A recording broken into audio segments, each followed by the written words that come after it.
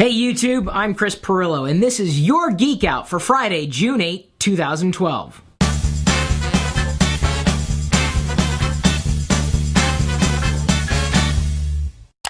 As a reminder, we couldn't do the Geek Out every day if it wasn't for GoToAssist from Citrix.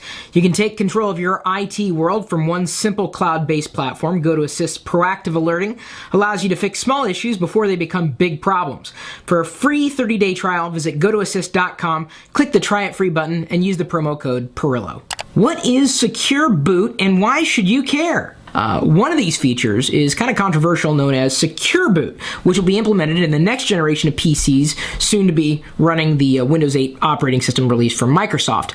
So the big issue is surrounding the controversy of the machines with this particular Secure Boot are enabled at Microsoft's mercy when it comes to what operating systems can be booted, which means that Linux may very well be locked out. If you want to know more information, forget the fear, uncertainty, and doubt. No FUD in the article.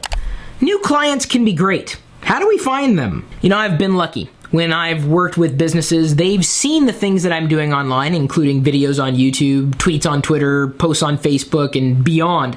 So I tend to make attention from being myself and sharing information that I love sharing. Companies see that and they say, hey, we'd like you to do something for us. Where do you find new clients?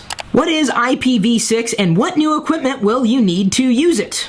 So with that in mind, the developers of the IPv6 protocol made it a 128-bit protocol, which will make approximately 340 trillion unique IP addresses, which means we're going to see a lot more devices online, and IPv6 will be the way that we can support it. So will your device support IPv6 right now? There's a couple of links to some test sites that you can run, including testmyipv6.com and the IPv6 test link as well. So how do you know if you can use an IPv6 network from the device that you want to use on an IPv6 network? You got to test it.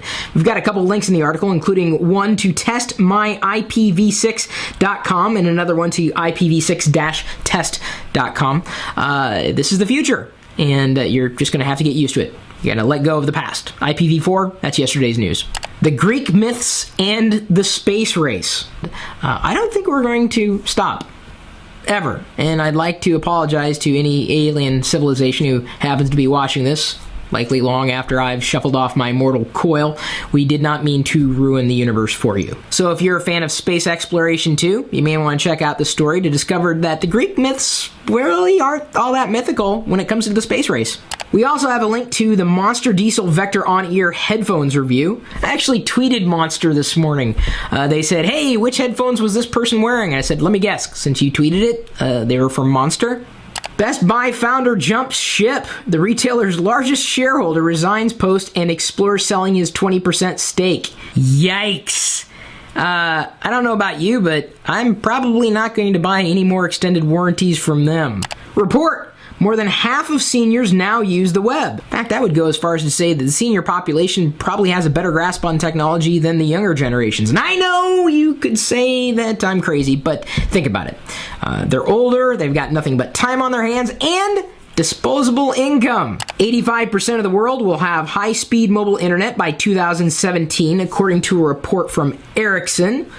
Wow. Now, we're not just talking about 85% of the world that you know, like the entire world, including remote villages in countries you've probably never even heard of or could never locate on the map even if you knew it was a country. That's a big deal. That's a big deal. That's a big deal. The future of the internet is mobile. Facebook is launching App Center, and you may not have access to it yet, depending on which country you live in. Since I'm in the United States, I have access to it right now, and here it is. It's the App Center, broken down by games, entertainment, Facebook, lifestyle. Facebook? Really?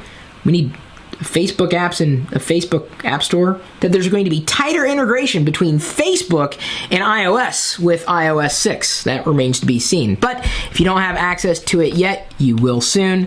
The future of apps is everywhere. Mega Lawler 9000 on YouTube asked, Chris, what do you think about the law of attraction when it comes to getting the things you want? How does it relate to the way you manage to get things in your life? You seem like the kind of person who's good at making things happen, so I thought it would be a suitable question.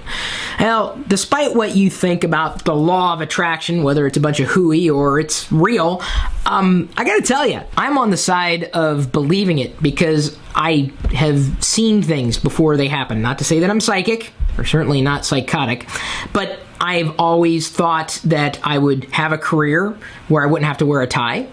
Not wearing a tie today. I always wanted to have a house that I loved being in, and here I am. And I remember very briefly, the first time I saw Seattle was in a news segment for Microsoft. This is back in the day. This is before Windows 95. And I'm like, Seattle just sounds kind of neat. So to me, the law of attraction, it's probably closer to truth than it is fiction.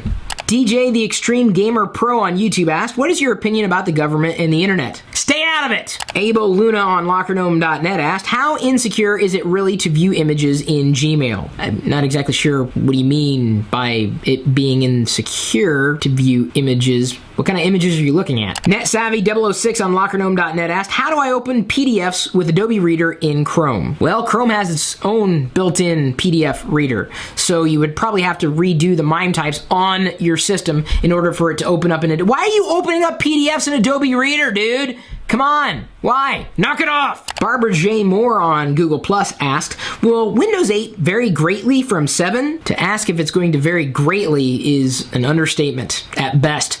Microsoft's doing what they can to drag you kicking and screaming into the next generation of devices. If you buy a Windows 8 PC, I would feel sorry for you if that PC did not have a touchscreen capability, because Metro can't be disabled, and Metro was optimized for touch experiences, but Microsoft also crammed the classic desktop into Windows 8. Daddy, what did you do during the educational revolution? It's the title of an article that we've just shared today. I grew up in a time where you didn't have a choice. You went to this school and that was it. Now you could go to school online. You could get better education from iTunes than you likely can from any school anywhere inside, let's say, a 50-mile radius of your house. Where were you during this educational revolution? Hang on, I think Diana's flying a little too close to the sun. We'll see you later. That's a big deal. That's a big deal. That's a big deal.